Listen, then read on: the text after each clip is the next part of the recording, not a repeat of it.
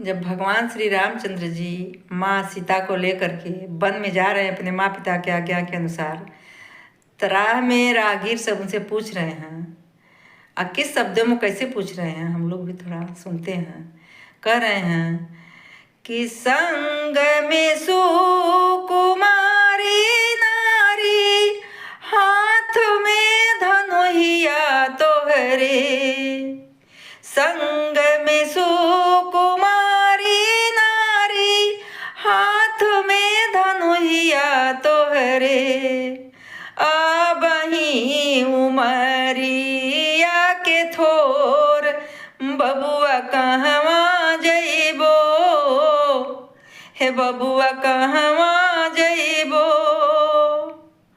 तोहरी सुरतिया देखी फाटे मोरी छतिया, ए बबुआ कहवा जइबो।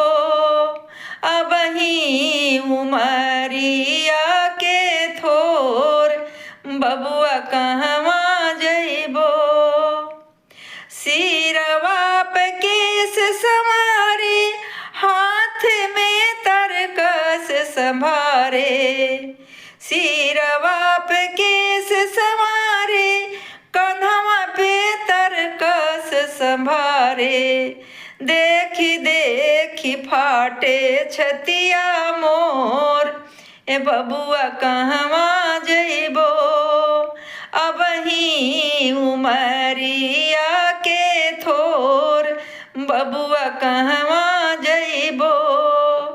जे करा के शोभे छैला, सोने के भूषणवा, ए बबुआ कहवा जइबो। दिहले जंगलवा में पठार, बबुआ कहवा जइबो। बनवा में जइबो कुमिलार, बबुआ कहवा जइबो। संग में सुकुमारी नारी, हाथ में धनुहिया तोहरे।